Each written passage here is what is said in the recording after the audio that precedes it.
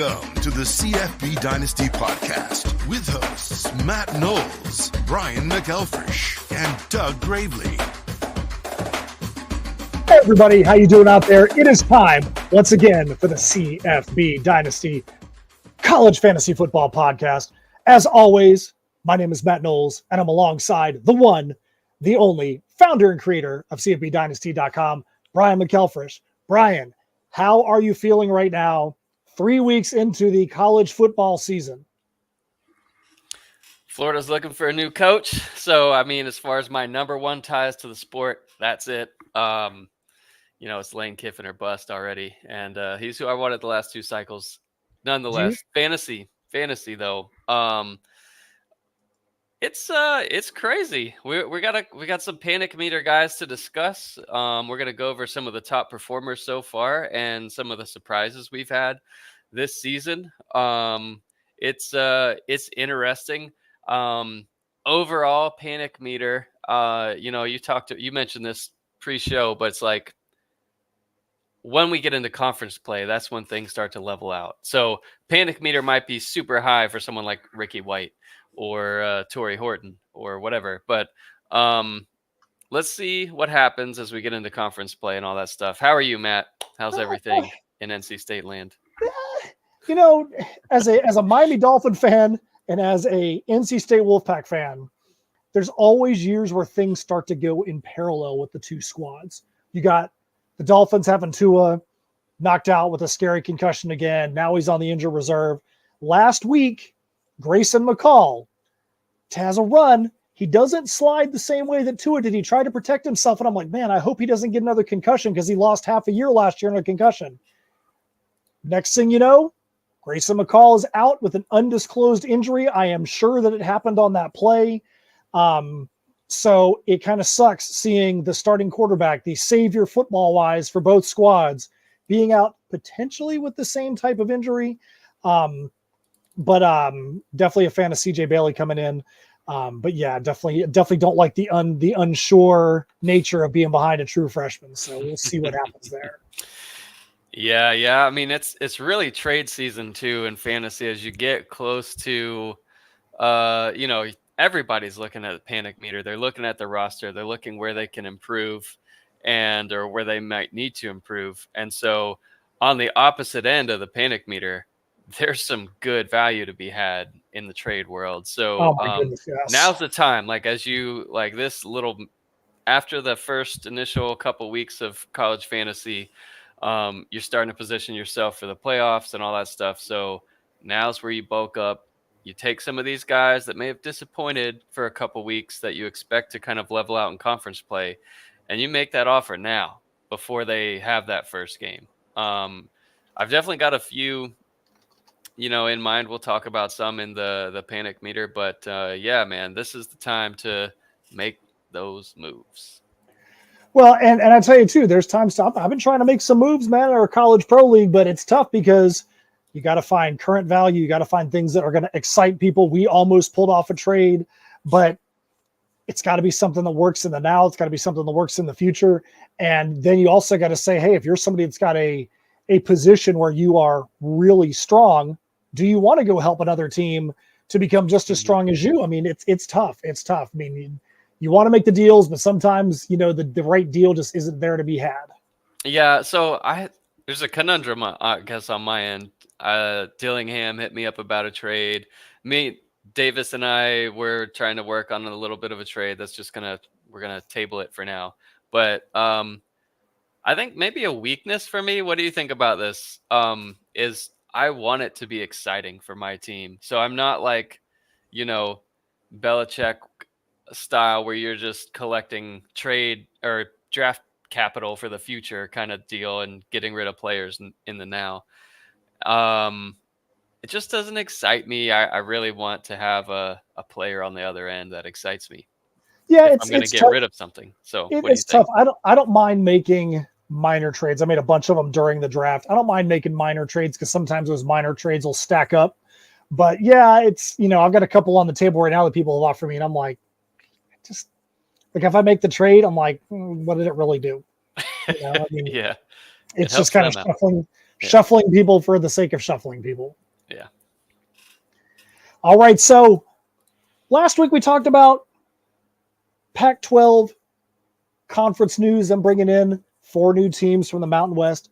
This week, you have the oddity of now maybe Clemson and Florida State are considering maybe not leaving the ACC, and maybe after all this nonsense, maybe the ACC might stand pat. It's early in the discussions, early in the calculation so far. But BMAC, what do you think about? Is it possible in your mind that the ACC doesn't have any movement and we go back to having a true Power 3, Power 4 that aren't going to go anywhere? I don't think so, because they're still going to be major steps behind the Big Ten and the SEC if the ACC stands pat, which means less money to those schools. And I just don't see that, being the right play for the ACC. I mean, I'm all a fan of regionality of the sport. That's what makes it great, rivalries, all that stuff. So, however, we can get to that, where it's not like this week. I think Cal is playing at Tallahassee, and they're just going to try and run Jaden Ott up the middle 29 times, 181 yards, 3 touchdowns, and another Florida State loss. Just not a big fan of that. I don't think that's sustainable long term. So if you are, let's say hypothetically, you were not a Florida fan, stepping back, who gets the first win? As far as the next win out of Florida and Florida State, who gets the next win? Oh goodness.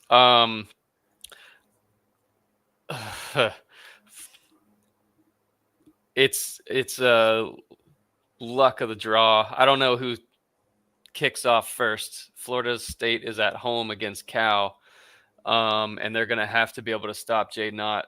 Really, like that's what's beat Florida State so far. Unable to stop the run. Do they have life? Do they show? I'm sure their fans are going to be pretty similar to last week, where it's about a tenth of the stadium showed up. And then Florida is going to be on. Which is crazy. That's never happens at Florida State. Florida's going to be on the road, which I think is a benefit for them to get away from home where they've sucked, but they're not going to have the crowd booing them running in at halftime or whatever. Or we're not booing the team, but Napier. But I think they've both got an opportunity to win. They've just been lifeless, so it's kind of impossible to say. I mean, Florida State lost at home to Memphis, so who do you feel good about them beating?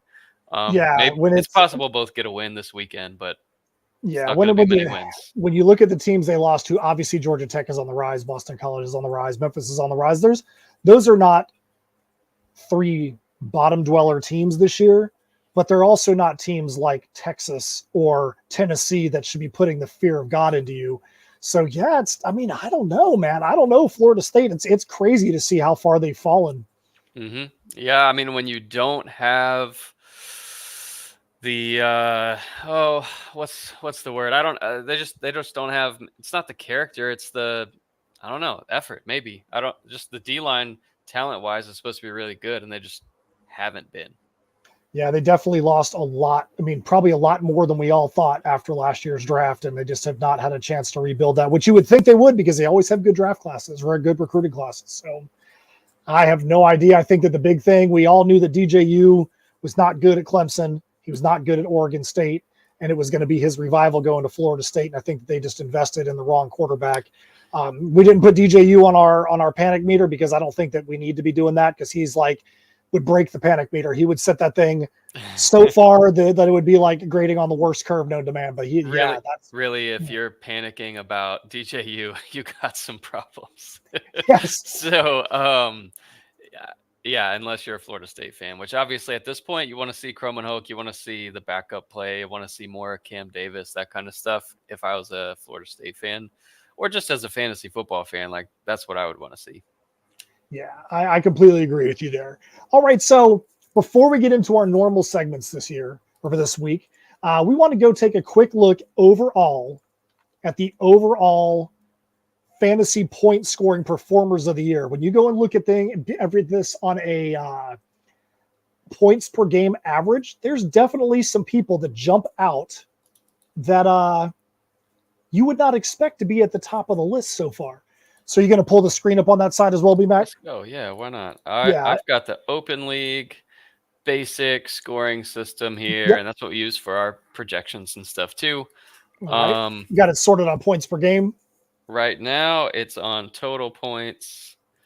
Yeah, I go to points per game since that's going to be a better.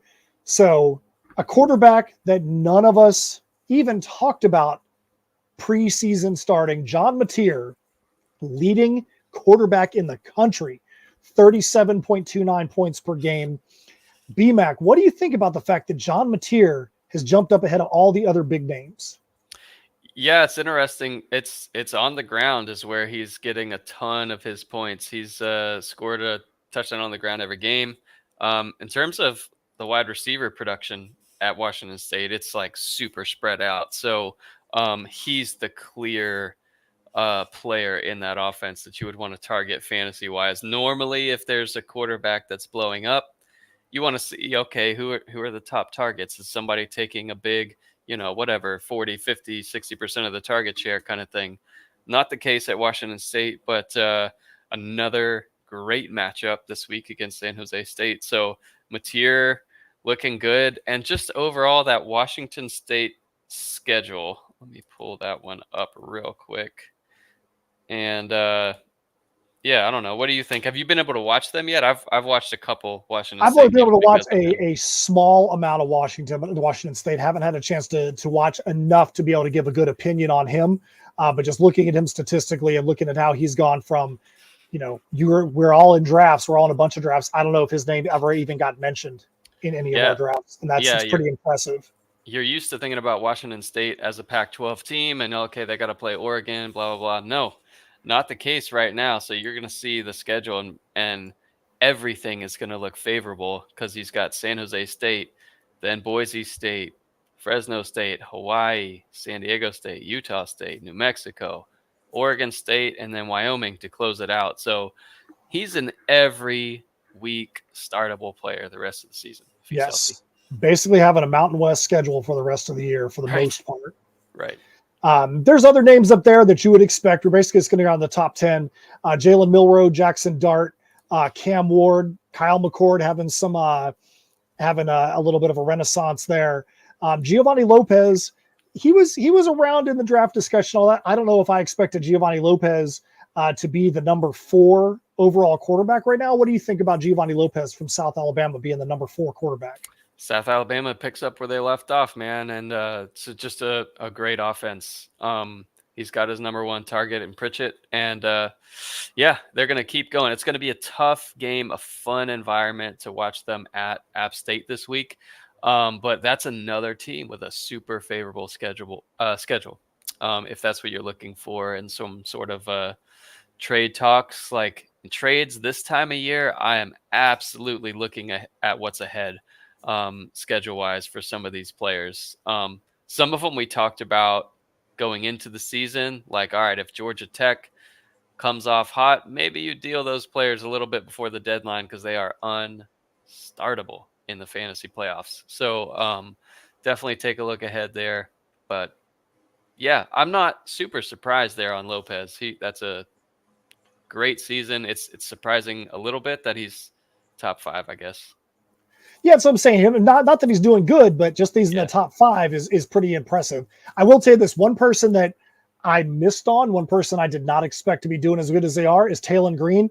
When he transferred from Boise State over to Arkansas, I dropped him from my rosters because I'm like, I don't think that he's going to be doing what I need him to do at Arkansas. Little did I know that he was going to be the number 7 quarterback currently. And, maybe he's going to go the opposite direction because now he's going to be going into an SEC schedule. Maybe his numbers are going to come down. Right. You never know. But still, right now, Talon Green is far exceeding expectations. Peyton Thorne from Auburn. But then Jordan McLeod. So Jordan McLeod, it's interesting. He's somebody that we talk about a ton. The Texas State offense, it just hasn't felt like Texas State has put up the kind of numbers in the games. You haven't really been talking about Jordan McLeod, but somehow Jordan McLeod statistically is in the top 10. What do you think about Jordan McLeod so far, B-Mac? So yeah, they've played a little bit tougher of a schedule, I guess. This is really just last week they played against Arizona State and they lost a close game. I watched that whole game. It was tough. Marty couldn't really get going, but hey, McLeod looked good every time they got in the red zone. They were throwing touchdowns instead of running them, and I thought McLeod looked really good. So I expect that 29.67 fantasy points per game to go up as they go fully into conference play. They're at Troy this week, Arkansas State home game after that, and then they just go on from there with a very favorable matchups there as you get into the fantasy playoffs. So I like McLeod and his prospect for the rest of the season. The one ahead of him, Peyton Thorne, obviously not. 30 fantasy points per game just got benched going into this week. So we'll see how that plays out at Auburn. And then I also just wanted to mention Kyle McCord sitting there at 6th. That's incredible. Like, I'm sure Yeah, the Ohio State fans Renaissance. didn't The expect that. Renaissance, yeah. Right. Great job there by that staff and putting Kyle McCord in the position to do well. They play Friday night against Ao Manor and your boys And at Stanford. Stanford. Yeah. Very going to be a good game there. Anything else stick out to you on the on quarterbacks before we move on over to running backs? Nope. I made the move over to running backs here where we had that top tier, and you see the huge gap between who we had at number 1 and who was there at number 2. Genty, 51.8 fantasy points per game so far this season, 9 touchdowns, and he's He's having at the yeah. forefront of the Heisman conversation. Yeah, historic so far for Genty. We knew he was good coming in. I mean, obviously, there's been a lot of talk about him. It's no surprise that he was either number 1 or number 2 in every prediction list coming in. But even as somebody like myself that watches every Boise State game that I can because of Genty, I did not expect the kind of dominating performances that he had the first 2 weeks. And he's at a bye week now, so he's going to be a little bit rested to come in. I would hate to be Portland State. Genty is probably going to play less than a half and still probably put up stupid numbers. Yeah, I hate to be me. I'm playing against you this week, so I think that's great. You got the running back edge for sure. So at number 2, RJ Harvey stands out. We had him top 5 all year based on the projections in the offseason until UCF signed Penny Boone, who was a 1,300 or so yard rusher a couple seasons ago, or last season, I think, at Toledo. And it just hasn't mattered. RJ Harvey is back at it. 8 touchdowns on the ground already. So you would expect, Genty with 9 to be like 5 touchdowns ahead of everyone else. But RJ Harvey's got a total of 9 so far, 1 through the air, 8 on the ground. So averaging 35 fantasy points per game. He's killing it. And then, so Terrion Stewart from Bowling Green, definitely did not expect him to be in the top 3. That's pretty impressive there. Yeah, just one game so far, though. Yeah. Dylan Sampson was basically the goal line back last year at Tennessee. And this year, Dylan Sampson is like, dude, get me into the NFL draft discussion. Yep. He is a part of that offense that is just incredible. And he looks better and better every single game. Kyle Monangai, a guy that got onto the radar during the draft season, he is just blown up this year. Caleb Johnson, another guy, I got rid of Caleb Johnson because he just didn't feel like he was going to do something in the offseason. And now I feel like a fool because he's one of 2 guys that are in this top 15 that I got rid of. Caleb Johnson is showing that he is the next great player coming out of Iowa. So I feel really dumb for dropping him, and congrats to all the people that have picked him up and are riding him in their fantasy seasons. Darius Taylor, good as expected. Henry Parrish was a surprise. He's averaging just under 26 fantasy points a game so far at Ole Miss, but he's the guy. Like, if he's out there, go get him. If he's available in a trade, go get him. It looks like he's the guy. Yeah, he's Us, another.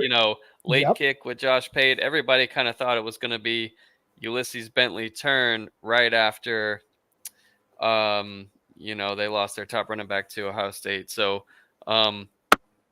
Yeah, Parrish is another guy that I gave up on because of what you just said. yep. He was going from being the clear number one at Miami to being in a running back by committee at Miss, and I was like, you know what? I feel like this is a guy I can cut the ties to, and I definitely cut the ties on the wrong guy there. It is interesting. You got a couple guys coming up right after that. Nick Singleton. Odd that he is that far up the list because it hasn't felt like he hasn't been exciting from a fantasy perspective so far this year, but to see him at 11, 12 means he's doing something right.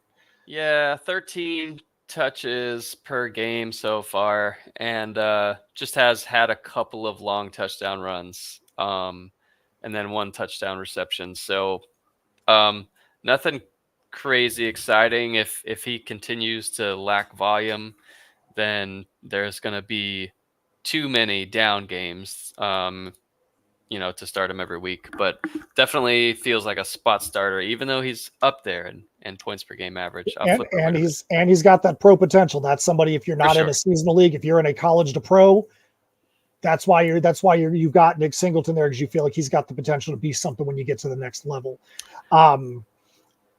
Anthony Hankerson, guy I've been high on since the preseason. I love seeing him in the top 15. We'll talk about him a little bit more later on. One guy that I feel like his inclusion in the top 15 is a little deceiving is Omarion Hampton. Omarion Hampton, if you look at his first 3 games, he had 17 points in game 1, 7.7 in game 2. You're like, man, what's up with Omarion Hampton? Last week in a beatdown game, he went absolutely berserk and had 40 points. So beatdown game where he's supposed to score a ton, he did, but that is what has increased his average to get him into the top 15. Yeah. I want to see Omarion do that kind of stuff consistently, not just against a NC Central kind of squad. Just not this week. Selfishly. Wide receivers all over the place. We've got an Iowa State wide receiver in the top 10. We've got a true freshman in the top 10. And some other guys that we're not surprised by. Trey Harris, we were higher on, I think, than everyone else, but not as top 10 high. And he's up there right now. Ole Miss is just demolishing people. They've got one more super easy game this week against Georgia Southern. Magdalena, what do you think about that? That's a little surprising, right? Let me tell you, that's hugely, hugely surprising. Magdalena's got some speed. I can totally understand why he's the one that's the deep play threat for Fresno State right now. We're going to talk a little bit more about him when we get into our panic meter segment. But yeah, that's very surprising that he has become the guy right now. He's not getting tons of targets, but when the ball's getting thrown to him, it's all or nothing. And yeah, definitely surprising to see him getting that number 1 look over Jalen Moss right now. Love seeing Jamal Pritchett up there. We've talked about him before. Travis Hunter, preseason, we did not think that Travis Hunter was going to get as many looks as he is right now because they upgraded so much around him. Not that Jalen Hunter is Travis Hunter, he could be a Heisman. He's in the Heisman discussion as well, but we thought that maybe he was going to see less time on offense because they pulled in so many good number 1 receivers from FAU. They got Shepard in there. And we thought that maybe he was going to become maybe the 3 or 4 just so he could play more time on defense. None of us knew he was going to get every single snap on both sides of the ball, which is unheard of. But you know what? More power to him. Jeremiah Smith, man, 22 fantasy points per game, comes in week 1 as Ohio State's clear number 1 wide receiver over 2 other guys that are probably going to play in the league too. So Jeremiah Smith is just a different next level guy. Him and Travis Hunter are 2 of the best, most NFL. No, I don't know, maybe NFL ready, but anyways, like they would be 2 of the top most talented NFL players in the whole country, any position. Like those 2 guys are incredible. Up at the top, number 1, Nick Nash, Ty Felton from Maryland, surprising there at number 2, and Tet McMillan, no surprise, is there at number 3. And then we have Trevor Pena, Syracuse wide receiver there. No, nobody expected that, but that No. goes along with Kyle McCord having his renaissance right there. So Yep. that's one like you talked about earlier.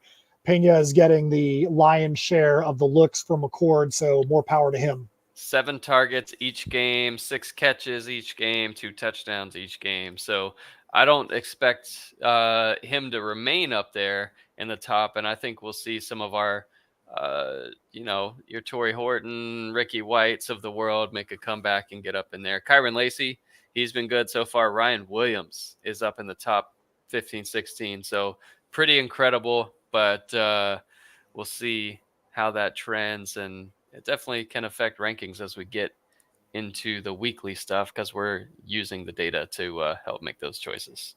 All right, we can go over a look at tight ends real quick. Not a whole lot to talk about on tight ends. Obviously, the top 3, 4, 5 guys are guys you knew about: Aronde Gadsden, Harold Fannin, Jake Britting-Stool, Tyler Warren from Penn State. A Penn State tight end doesn't surprise you. A Pitt tight end doesn't surprise you. Keith A from Utah, Colston Loveland. I mean, you're talking about a lot of the players that you expected to be up there. Not a lot of surprises. Anything on there you want to call out, BMAC? No. I mean, yeah, like you said, tight end was as expected, and Gadsden, we said, was on a tier by himself, and not surprised he's number 1. Yep, he has got about 25% more points than any other tight end. So yeah, other than him, not a whole Gunnar lot. Helm, I would say Gunnar Helm for Texas. We all expected Nyblack to kind of be the guy at tight end at Texas, but Helm is averaging just under 10 fantasy points a game so far. I had a big game last week, so that's a bit of a surprise.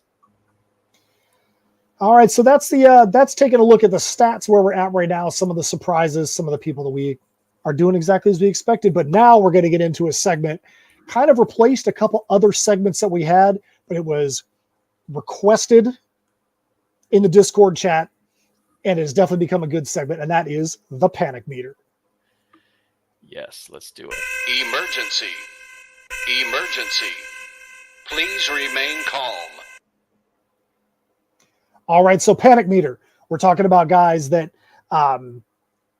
they maybe not have performed where you would expect statistically. Is this a trend? Is it an anomaly?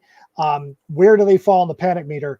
Going to start off with a couple of names that are big names on the top of the list. Ollie Gordon, one of the consensus top 3 running back across all services coming into the season. His last 2 weeks, Ollie Gordon, 49 yards, 41 yards. Last week only had 5 fantasy points, killed some fantasy teams, including some of my own. Oh, and here's the thing too, only 2 targets per game each week receiving. So it's not like he's not getting rushing yards, but he's getting a lot of looks in the passing game. Ollie Gordon at the moment is a forgotten man in the Oklahoma State high-powered offense. That being said, as far as I'm concerned, panic meter for Ollie Gordon is only a 1. Ooh. I don't think Ollie Gordon is going to stay at that kind of statistical performance. I think he's going to have some bounce backs. Doesn't mean I'm saying his next game is going to be a bounce back, but I think that by the time we're getting near the end of the season and we're getting into fantasy playoffs, I think Ollie Gordon is going to be back where he needs to be. I know that I've got him benched this week. I know other people with Ollie Gordon have him benched. If you've got better players than him, that's something you never expected. He was a must start every single week coming into the season, but still, I don't really think you're going to panic on him. What do you think, BMAC? Is 1 too low for Ollie Gordon? Yeah, because, against Arkansas, we don't expect them to be a powerhouse defense. He averaged 2.9 yards per carry on 17 carries. And like you said, it's not like it's a threat from another running back or anything. What's going on with the offensive line is the concern there. They're one of the most veteran offensive lines really in the history of the sport. And returning a ton from last year. It's not like it's a bunch of transfers that need to gel. Like, they're all back. And it's a struggle right now. And that's alarming to see. 3 games into the year, you're looking at Ollie Gordon. Let's see. He's averaging just against good teams less than 3 yards per carry 2 games so far. And Tulsa was one of those. He averaged 2.4 yards per carry against Tulsa on the road. So I'm concerned. I'd put it more at a 4.5. Now, if you were starting him this week, I would definitely say that. But if you've got guys you can start otherwise, but yeah, I can understand us having differences there. Now, one guy that I think we're both going to agree on, TJ Finley. Whew. TJ Finley, last week we had him on the list. His panic meter was 4, but we said we'll see what happens the next game. What happens next game? TJ Finley gets injured. His backup, Caden Veldkamp, comes in, throws for 398 yards and 5 touchdowns. TJ Finley is now on the bench because he's injured. Caden Veldkamp is getting his first start. If you've got TJ Finley, your panic meter needs to be at a 10. Yes. This game needs to be one you need to watch because TJ Finley looked terrible, absolutely terrible for their first few games. Understood about against Alabama, everybody's going to look bad. But he was not impressive at all in the Eastern Kentucky game. He was there, but when I say not impressive, I'm talking fantasy perspective, not athleticism perspective, not getting the win. I'm saying from a fantasy perspective, not impressive at all. This week is going to be the key for you. If Veldkamp comes in and does an impressive job, he is probably going to be the starter with Finley as his backup. And at that point, you just need to get rid of him. I think that TJ Finley is very close to being on the waiver wire if Veldkamp has a good week. Comment from Brett says loves this part of the show. That's great. Thanks, Brett. And then he asked milk carton ? We might need to next week. Well, I think that you know what? Just for Brett, as we get down this list, I think there's a guy on this list that we can put on the milk carton just for Brett. It's going to be the Brett Pagney 2% milk carton this week. All right, so next up, we just talked about him, Jalen Moss, wide receiver, Fresno State. Man only had 2 targets in the 48-0 beatdown versus New Mexico State. Magdalena clearly has become the number 1 big play threat.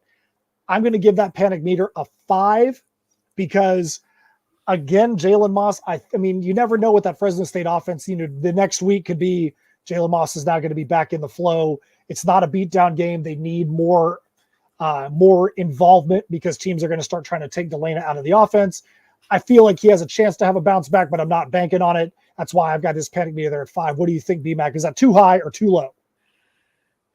Well, I'm playing against him this week. You've got him in the starting lineup. So I think you're probably the best gauge on this, having watched more Fresno State than me. But yeah, I'd say that's about right. Things start to level out now where you see who's going to get the lion's share of the targets. And it's not been good for Moss. He's a guy that we both liked going into the season kind of a lot. And 5 feels right for him. All right, next guy. So, Brett, you know what? We're going to put 2 guys on the milk carton for you today, Brett. 2 guys. First one, Noah Smith, Sam Houston. Where in the world are you? Somebody find Noah Smith. Listen to this stat line for the year, BMAC. Listen to this nonsense. In 3 games, 10 targets, 5 receptions, 19 yards in 3 contests for a guy that was in the top 30 preseason ranked. That is ridiculous. Absolutely ridiculous. I have lost all confidence that Noah Smith is going to be a part of the offense this year. It's not that they're not throwing the ball. He is just not getting looks at all. He's so far down the depth chart in that respect. Doesn't mean he's not getting play. He's getting play on special teams. I think he had might have had a passing touchdown in one of the games. But to start him as a wide receiver, you've got to have 50 other options that are going to be better than Noah Smith. His panic meter is at 11. Dang. I would probably say 9 because it's not like he hasn't done it before. But we'll see if he gets it back. That one's tough, man. I'd be more of an 8 or a 9 on Noah Smith. Next one up, a Doug special. This one is for a big old Doug dynasty. Squirrel White at Tennessee. This was supposed to be his year. Tennessee, that's right. Let's do that again. Squirrel White at Tennessee. Stupid. Tennessee has got a historically good offense this year. 191 points in 3 games. As far as I could see, and if you're out there listening, you're out there watching, I think that in modern college football history, they had the highest scoring offense in a single half, FBS versus FBS, 65-0 last week. Modern college football, if you can find an FBS versus FBS game that has more points in the first half, let us know in the Discord, because I'll do a self-correction on that, but I don't think there's ever been a game that's been that way, FBS versus FBS. Squirrel White's contribution in the first 3 games, 7 targets, 5 receptions, 108 yards, no TDs as a wide receiver. Again, in an offense that scored 191 points in 3 games. Panic meter's at an 8. I'd keep him on your roster for now, but don't you dare start Squirrel White until you start seeing him involved in the offense. He's one that if I have him on the roster, I hold him for a week maybe. They're spreading it around a ton at Tennessee. So when they get into competition, it's possible that he'll get a little bit more targets and more consistently, and maybe they'll be subbing in less people, but they're all over the place because they're able to rest people at halftime if they want right now.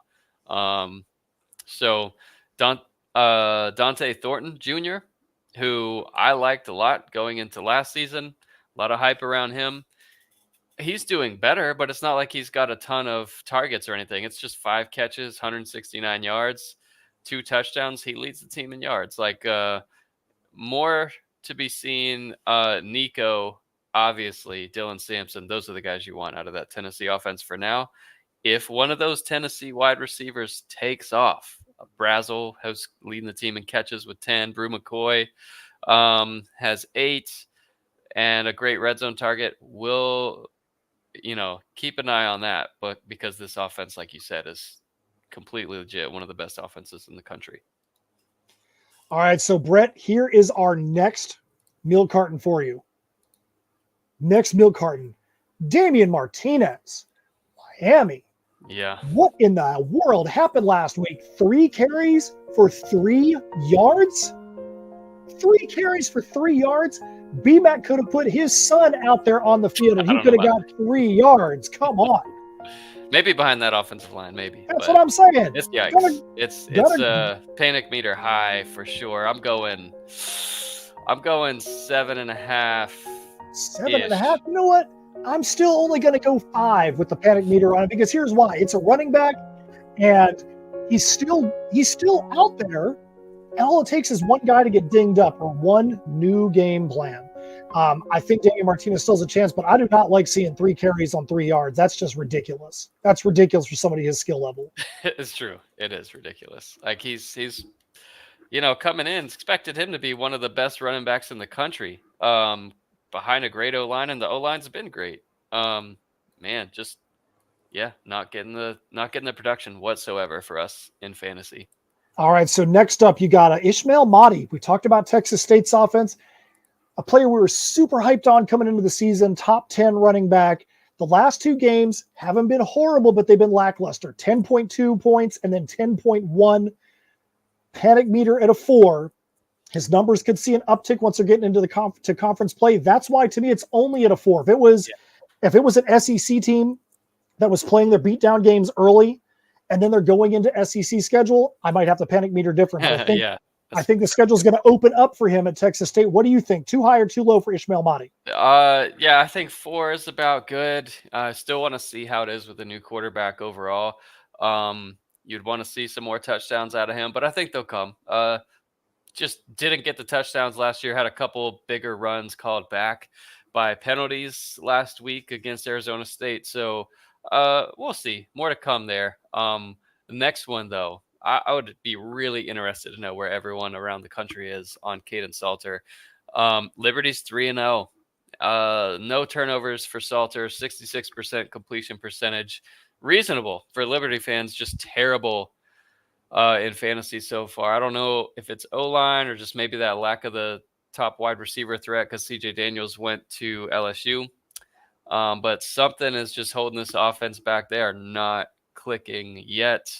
I think it was a 4 last week. I pushed it up to a 6.75 panic You might meter get for all Caden Salter. you might getting all fractional over here, man. You're getting fractional. 6 Man. didn't feel good enough, but well, not quite a 7. So yeah, what do you think? I think you're spot on right there. I mean, the thing is, with Liberty being 3-0, the offensive coordinator, is there any reason for me to change up what's going on? Let's go with what's working. So, if they were 0-3, it'd be one thing. But 3-0, it might take a little bit more time for them to get back into the flow because whatever they're doing is working. So, yeah, I think maybe I would push the panic meter up to like 6.76. I But don't know if I can go that far. And then last but not least, one that's near and dear to BMAC's heart, Ricky White. Talk about Ricky White, why he's on the list. Well, I don't have him on my team. I just sent a trade offer for him. I think he's going to bounce back. Panic meter is at a 6. You see them against Kansas, 3 catches, 4 yards, pretty weak. He hasn't really done much of anything yet this season, but because conference play is going to probably level everything out, he's a trade target for me. I think 6 is probably where people are, not necessarily me. So real quick, Brett Pagney, super appreciative of you being active in the chat. Definitely love the fact that you are there and interact and love it. It's part of the reason why we do these things live, so people have the opportunity to be able to get in and be interactive with the show. So that is our panic meter for right now. Really has been a fun segment because we get to talk about the goods and the bads kind of together instead of just being a studs and duds. We hope you guys are liking it too. If there's guys you want to see on the panic meter, make sure you go up to the Discord and let us know so that way we can actually get them on there. We can have discussions. Last week we had tons of people that were on the panic meter from the Discord. This week most of it came from us. But yeah, if you want to see a guy on the panic meter, got to get his name on the list and we'll put him up there next week. Let's go. All right, so with that being said, I think it's time for us to start looking forward to this week upcoming for some news and notes. News and notes around college football.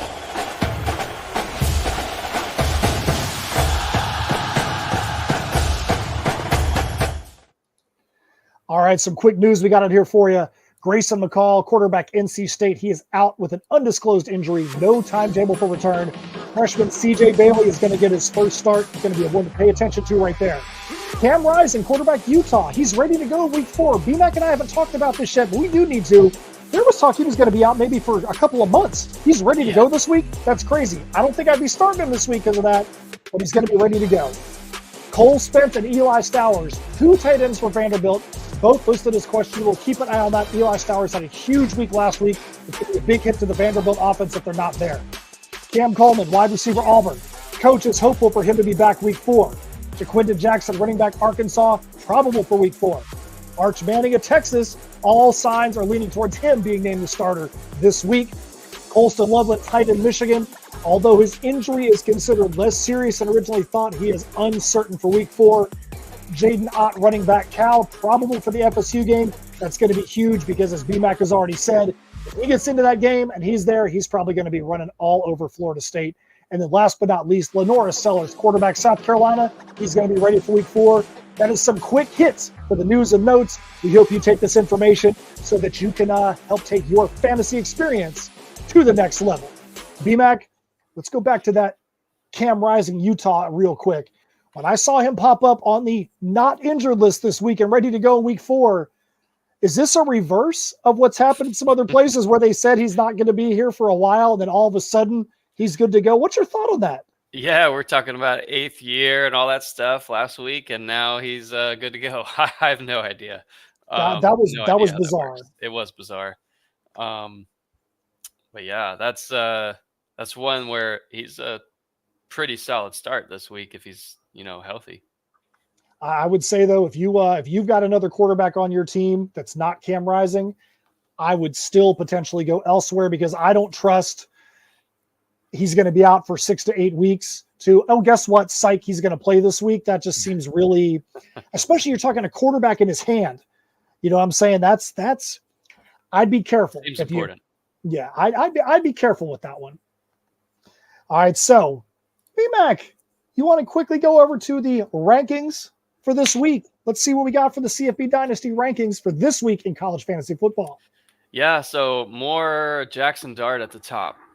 They play Georgia Southern. It's been an easy start to the season for Ole Miss, and Jackson Dart's averaging 34 a game, and Ole Miss implied points for is 51 and a half for that offense, and he's just been a huge part of the offense. So I'll go for Ole Miss, no matter who you got, unless it's Ulysses Bentley, because he's going to disappoint you. Otherwise, we're good.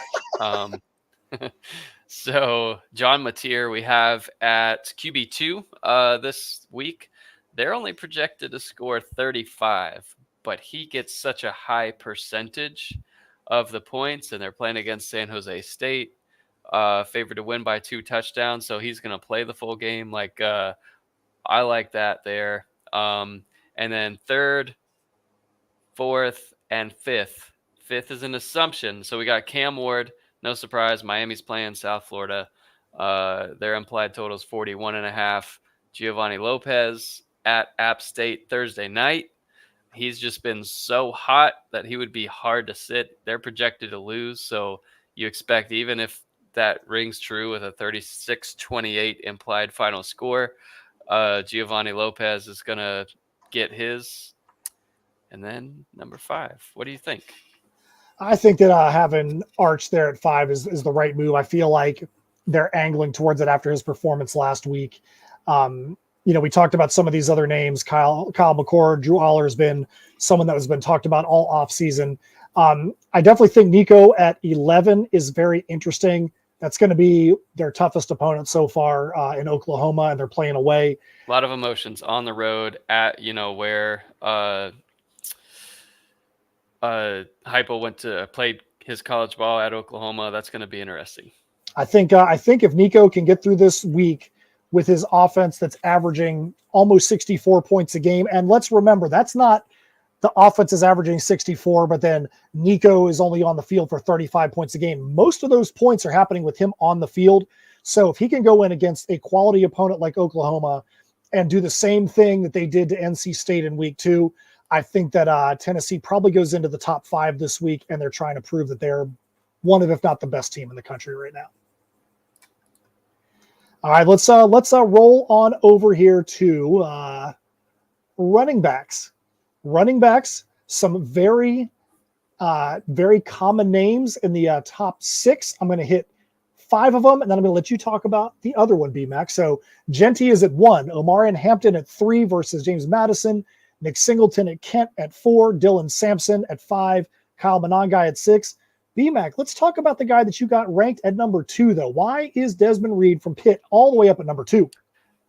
He's consistent. He's their RB1. He's going to get his touches, and they've got an outmatched opponent, Youngstown State, this week. No spread on that game. So same with Boise and Genty. No spread whatsoever. So they're going to get their points early and probably be done in the third quarter, fourth quarter at least.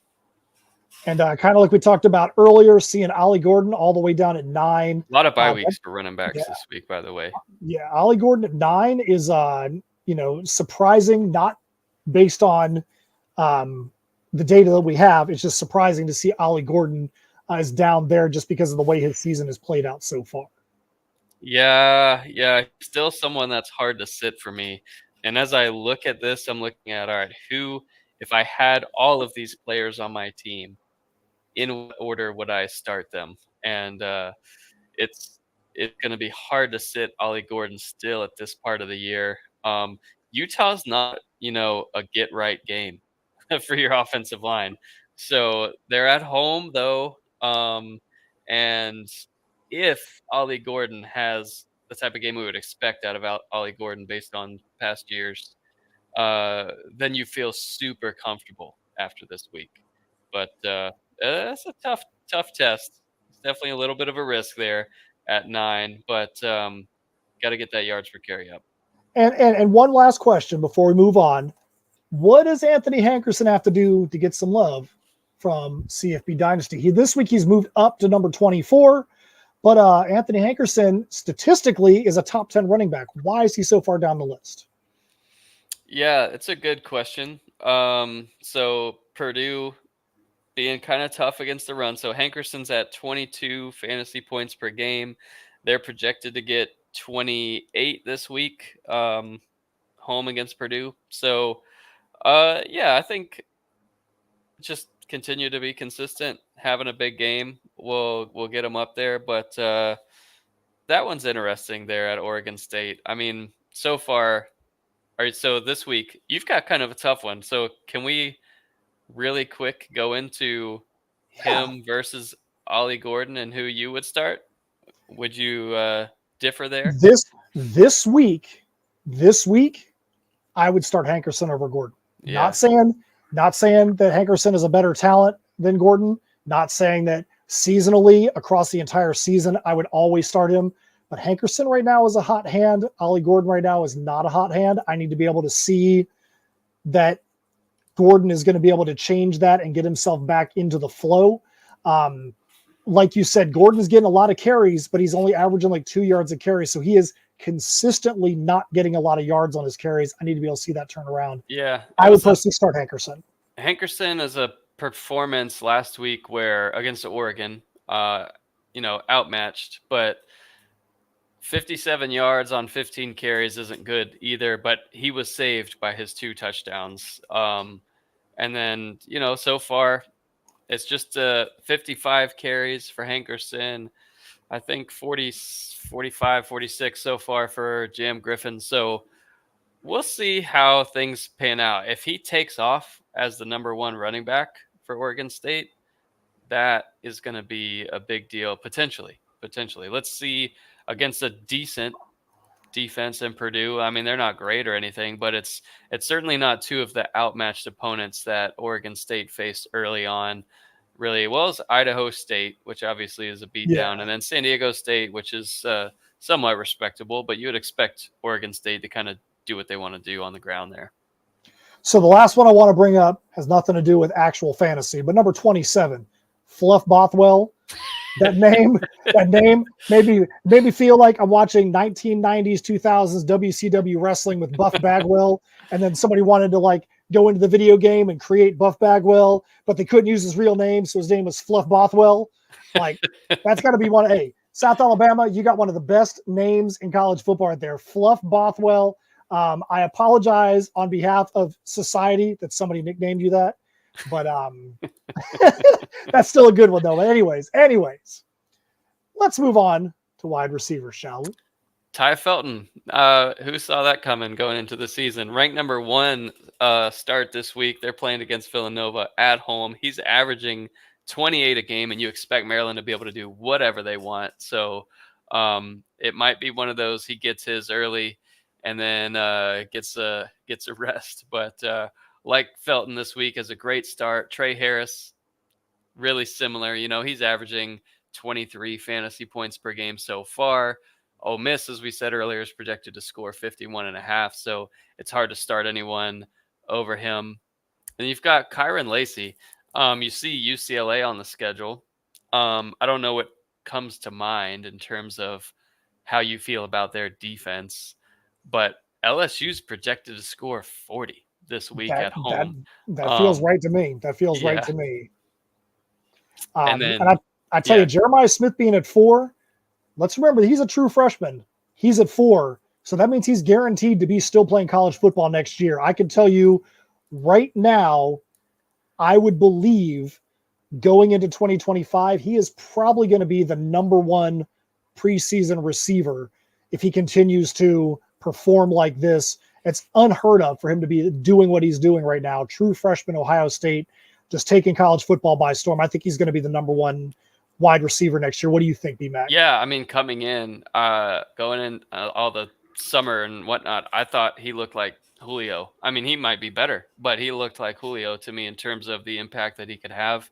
And Julio came into a different situation at Alabama where he was the clear guy. No, Jeremiah Smith has beat out 2 guys on the roster who you would expect to be top 3 round minimally NFL wide receivers. So Smith is absolutely legit. He's a every week starter, no matter opponent. And now that we're 3 weeks in, we get to see those 3-week averages. the things we talked about for the overall points per game. If you look at where we're at on the top 10 wide receivers, the vast majority of the guys on the top 10 wide receivers are guys we talked about in that segment, because it's showing that consistently they're getting numbers, consistently they're getting the targets. I think Pafeli Ashlock at 10 has a chance to have a huge week because they're playing a beat down opponent. Devontae Ross, another one, has a chance to have a huge week. Isaiah Bond has a chance, especially has a chance to have a huge week. And Yale Monroe's talking trash right now. I don't get it. I don't get it. What are they doing? Why would you want to anger Texas going into the game? I don't understand it, but I feel like they are asking for a beatdown. So I think that Isaiah Bond has a chance to have a good week with some extra added incentive because of the UL Monroe trash talking. Flip down to tight ends, which again is more predictable. Actually, I do need to update. I just saw a player that's on there that was just announced out. Eugene Wilson from Florida is not going to be playing this week. I'm going to remove him from the rankings right now. So if you refresh the screen, you'll see that. But anyways, yeah, Gadsden number 1, Fannin number 2. Tyler Warren with Penn State projected to score 51. You just kind of, again, hope he gets one early. And Briningstool for Clemson against NC State at number 4. Keithy, 5th. And Elijah Arroyo, who's had, I think, 1 touchdown every game, not getting a ton of targets. So he's touchdown dependent, which is risky. But he's in there at 6. And I'll be starting him in a couple leagues this week.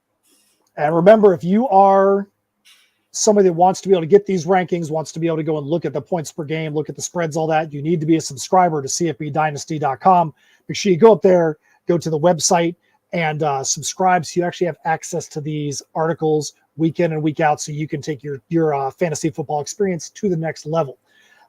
Now, BMAC, you know what time it is? It's time for the brisket lock. BMAC, hit that drop. Oh, no. It's time for the brisket lock because last week, it was so bad for me. I don't even know if I'm ready for this now. All right, well, why don't you get ready? Hit the drop, and we'll get you. You have 5 seconds for the to get brisket ready. lock.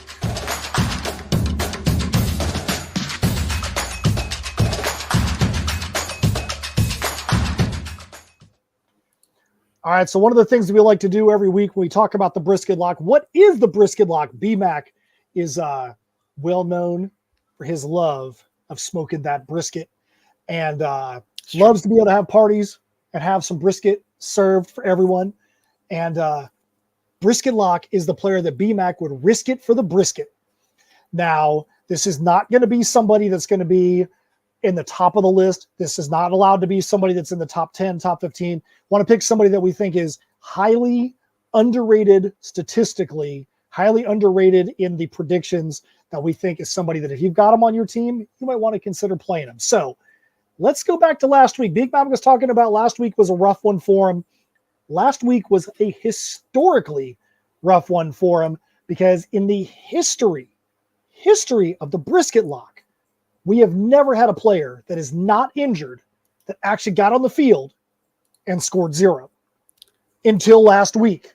Floyd Chalk, San Jose State versus Kennesaw State, had 3 carries for -8 yards, 1 reception for 3 yards. BMAC, can I explain myself?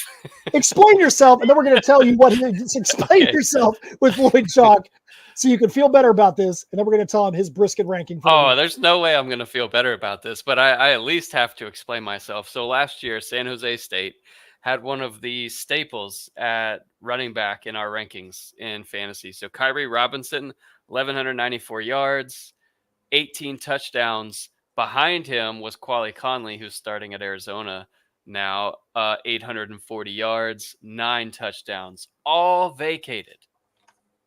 All that production vacated. And then you go into week 1 where they're talking, the coaching staff legitimately is talking about, all right, Chalk and Bates, they're going to be pretty even in terms of, how the workload is going to be split. Well, week 1, Floyd Chalk gets 18 carries, 2 touchdowns. Jamar Bates gets 6 carries, no touchdowns. And so I'm looking at all that vacated production and him being the starter, and they're going against Kennesaw State, who is winless and brand new to this level of football. And just goose eggs. 3 carries, -8 yards is unbelievable. 1 catch for 3 yards. So I felt it going into the week. I was like, all right, this could be the week. Signs were pointing up. If Chalk is going to bust out, let's call our shot and have Chalk bust out. But no, it was the opposite of that. All right, so Floyd Chalk, not only do you not get any brisket, you get to clean up after everybody this week. You get to smell all that goodness, but all you're doing is cleaning up, Floyd Chalk. Terrible. Terrible. BMAC did, though, have a second brisket lock last week. I did a week earlier this year where I had 2. BMAC had 2 that he was considering last week. He went with Treon Sibley, Liberty versus UTEP. He got 9.7 points, 4 receptions, 77 yards. Hopefully you feel a little No, bit that should be terrible. That absolutely is terrible. Like, I was expecting Liberty, who was great last year, to maybe break out home against UTEP. It didn't happen. 4 catches, 77 yards. That ain't it. Well, I'm going to have a little bit of sympathy on Sibley because he did have 77 yards. So maybe when Floyd Chalk is done cleaning up, maybe he can serve some of the leftover brisket to Treon Sibley. Are you all right with that? Maybe leftovers. Leftovers only. Now, brisket, grilled cheese. Last week, you had a comment about the guy that I predicted as my brisket lock. Do you remember what that comment was? I don't at all. You said that it was that was a because he was playing Oregon. Yeah. And you said if I hit on this one, so Anthony Hankerson, I picked him. He's still in a running back by committee. Anthony Hankerson, 24.3 points, 15 carries, 57 yards, 2 touchdowns, 6 receptions, 36 yards. I think that Anthony Hankerson can come sit at the adults table this week and have himself a normal serving of brisket. No doubt. Listen, I think this should just be a bet. I think we should establish some ground rules and have a bet. You'd be winning some money from me so far this year because you've won every week consistently and dominantly. So, I mean, I'd be down. I think it's just like you put the points in there in the pregame or pre-show notes. It's like, all right, take somebody outside the top 15 or 20 or whatever we want to do. I think we should do it. We can discuss it. We can discuss it, man. I mean, I like it when it's because I know that normally when there's stuff on the line like that, BMAC's going to perform a lot better. Maybe historically, but I don't know. All right, so let's get to our brisket locks for this week. BMAC, I don't know if I appreciate this. I don't know if I appreciate your brisket lock this week, but I understand. But tell everybody who your brisket lock is and why. Yeah, so Phil Maffa this week, Clemson running back. He's outside the top 15, outside, I think, the top 20-ish, somewhere in the rankings. I think he can have a big game this week against NC State. So NC State, looking at the stats, they're 109th in the country in yards per carry, giving up 4.9 yards per carry. Clemson, other than the Georgia game, obviously, bounced back against App State, and we'll see how it works out against the struggling NC State team. Yeah, I think one thing to think about with NC State, they looked like a completely different team when CJ Bailey came in. That's obviously he doesn't play defense, but it just felt like the team chemistry changed a little bit. Even Grayson McCall said that he felt like something wasn't right. And it just felt like a different team. Let's also remember we might be 109th in the country, NC State being we, but there is a game versus Tennessee in there, and Dylan Sampson and Nico Iamaleava going nuts. So that kind of throws that off a little bit. But I do think Maffa is a good play this week. My brisket lock this week, I have put my money where my mouth is in this one. I have got him starting in every league that I have him as Caden Veltkamp for Western Kentucky. He is currently at 40th in CFB Dynasty based on the rankings because he's only played the one game. And his other, well, I take that back. He did play against Alabama and was terrible against Alabama, but so was everybody on Western Kentucky's offense. But it's going to be his first start of the year. He has a chance to take over the starting role Personally, I think he has a chance to absolutely blow up. I've got him starting in every league that I have him in this week. I think if you've got Caden Veldkamp, I don't know if there's anybody else I would actually start over him this week as a 1 week streamer. I think he has a chance to go absolutely crazy. We're talking about Western Kentucky's offense has a chance to go nuts. Now, granted, if you got Iomaliava, I'm not saying start him over Nico. You said anybody. That'd be tough. But I'm telling you, I've got Veldkamp starting. I'm going to see if I can go 4 for 4 or 5 for 5 because I had 1 week where I had two brisket locks in there. Caden Veldkamp, do me right, my man. Do me right. I mean, I'm sure he will. I mean, you are the brisket lock. You're carrying this segment for sure. But it's early in the season, man. Just like for everybody else, it's early in the season. You could win 9 weeks in a row, 10 weeks in a row at this point. You never know. Yeah, we'll see. But we want to know what you guys think out there. What do you think about Phil Moffa or Caden Veldkamp? Do you feel better about one versus the other? Who is your brisket lock out there? Let us know in the chat. Let us know on Discord. Let this be interactive so we can talk about your brisket locks as well. All right, BMAC, do we want to talk about real quick about where everything lies in the Home League, Masters League, Open League after 3 weeks of the season? Let's see if Brett's ready for one real quick. I'm gonna run down the starting lineups. I'm playing against Matt this week. And tell me, handicap this performance or this competition real quick. So, you're throwing this to Brett in the chat. Brett in the chat, you get to be the one to answer this one. All right, he's ready. So, Jackson Dart for me against Veldkamp, and then I've got Jeremiah Love, Nick Singleton, LaQuint Allen at running back, while Matt's got Genty, Dylan Sampson, Amarian Hampton. Edge Matt. And then at wide receiver, I'm going Josh Kelly, Caden Robinson, Eric Singleton, Ashlock, Ao Menor, and Jalen Moss for Matt. Justin Jolly at tight end for Matt against Arroyo for me. We're not going to worry about kickers and defenses, although I've got a pretty good advantage on defense. You got NC State at Clemson, and I've got Texas against UL Monroe. Yeah, my defenses definitely do not have good matchups this week at defense at all. So, Brett, yeah, let me know. What do you think? He thinks it's going to be a close game, but we need an edge there. And while he is deciding, we'll flip over to the standings in the Open League. So, again, the top top six from the Open League will get in to the Masters League next year. The bottom 6 of the Masters are going to drop out. So let's see who's at risk. Oh, Brett makes his call. He says slight edge to Brian. Man, get out of here, Brett. What you talking about, son? Come on, Brett. Brett, I've been hyping you up all show, and you're going to do that to me? Come on, man.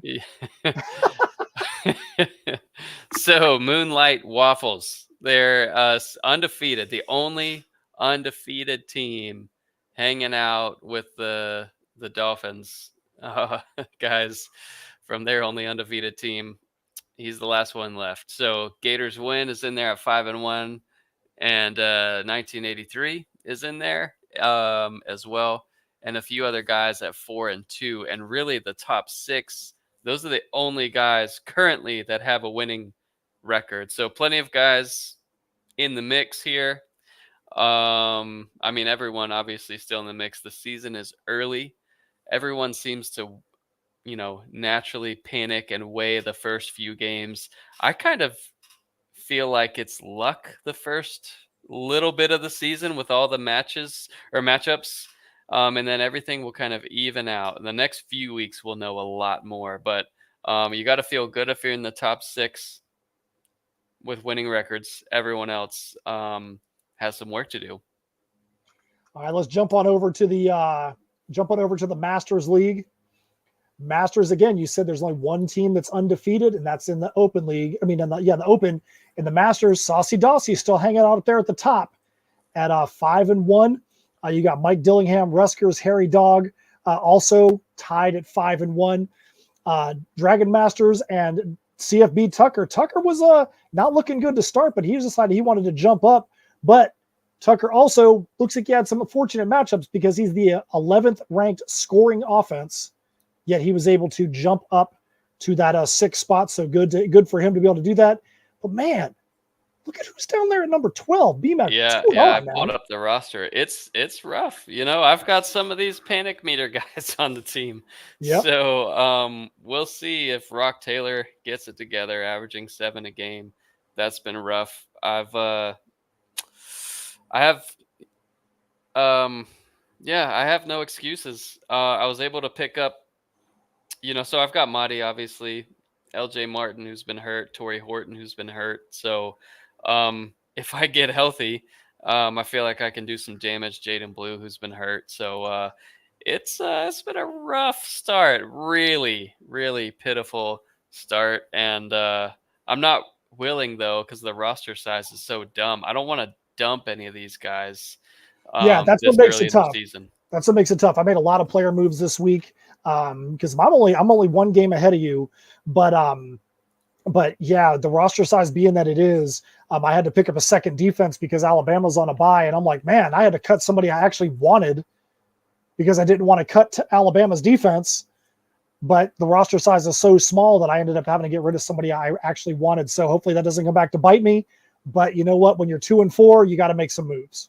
Yeah, exactly. So I made a couple too, only just to, it hurts having Mahdi and Marquez Cooper on a bye, but I was able to pick up Caden Fegan. Someone dropped him, and it's not a great matchup. He's on my bench this week at Nebraska for Illinois, but he's someone that I believe in.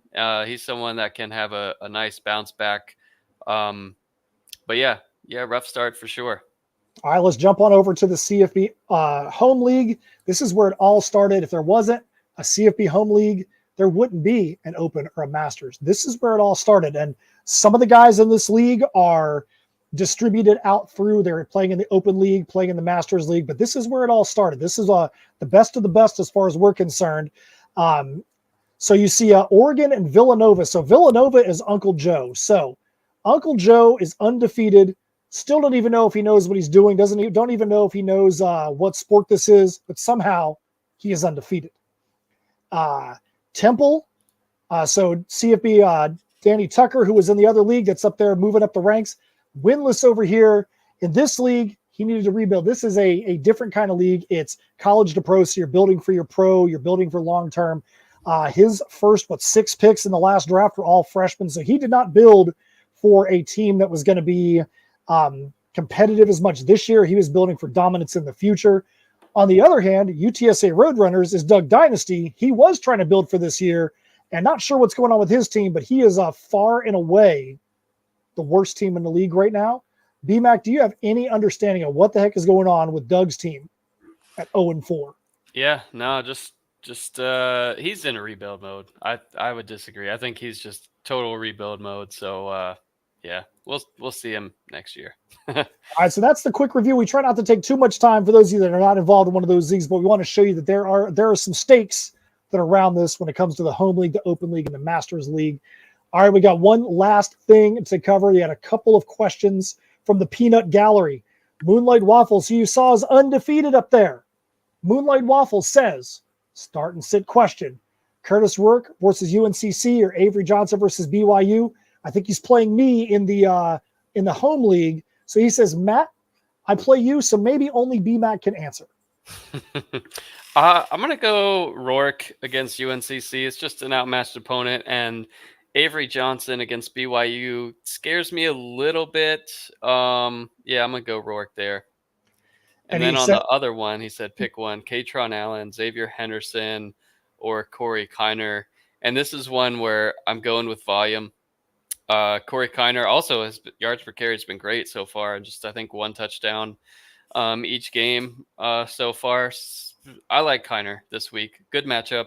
And he's going to get the bulk of the carries, whereas Katron Allen could totally get his. Big play potential for him or for Xavier Henderson. But Kiner as well. Just go with volume. All right. So then Todd jumped in with a question. BMAC, I feel like this one is pretty far down the list. This is going to call on your expertise. He said, Caden Zamanza versus Central Michigan, Ethan Vasco versus Virginia, Braden Schrager versus Northern Iowa. Pick one. Yeah, I'm going Schrager for Hawaii here. It's an outmatched opponent. We know, like, I think the minimum passes so far for Shager, I think, is 34. And I think he's had 40 plus in 2 games. So I don't expect that to slow down. And big play potential, obviously, with Ashlock this week. I love Ashlock. I hate that I'm playing against him with Matt. But yeah, that's who I'd pick. Yeah, I think so as well. I think when you've got a Hawaii quarterback, which I assume are playing at home against Northern Iowa, not going to travel to an FCS school. Yeah, you definitely. I think that's an easy one because Hawaii's offense seems like it's gotten over that point that they had a couple years ago where they were having some struggles on offense. I think they're finally starting to get back to being the Hawaii offense that we're kind of all used to historically seeing. So yeah, I would go there with them as well. All right, so BMAC, any last words you got for people? What are you doing this weekend besides watching college football? Oh, that's it. I'm not in the swamp this weekend or any other weekend for the rest of the season. So I will be watching all the games, multiple TVs out there, and just enjoying something. I'll probably have something on the smoker at some point. But yeah, aren't you gonna be out there getting your coaching going on a little bit? Yeah, this I'll be weekend coaching too? soccer. We got a game Friday night. Got to get back for that Syracuse game, and we got to practice tonight. Got to get back for games tonight, and then we've got Saturday morning games as well, kicking off in a different league that I'm coaching. But all of that stuff happens before noon, so I'll be back for everything. This weekend, if you're in the local area, I'm going to be a guest at Ocala Comic-Con at the World Equestrian Center, booths P19 and 20. I'm also going to be on a panel at 5 o'clock on Saturday with my buddy Martin Piero from Cosmic Times, talking about getting into content creation.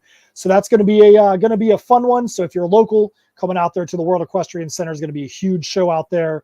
Otherwise, I'm going to be doing what I can to have my phone propped up and watching some college football while I'm at the booth, which is something I do quite often, is keep up with college football when I'm on the show floor. But that's what I'm going to be doing this weekend, and hope you guys have fun with the things that you're going to be doing. Hope you guys have enjoyed the podcast. On behalf of that guy over there, the founder and the creator of CFP Dynasty, Mr. Brian McElfresh, my name is Matt Knowles. We will see you next time right here on CFB Dynasty Podcast. See ya. Thank you for listening to the CFB Dynasty Podcast. Help us out by subscribing on YouTube and reviewing us on your podcast network.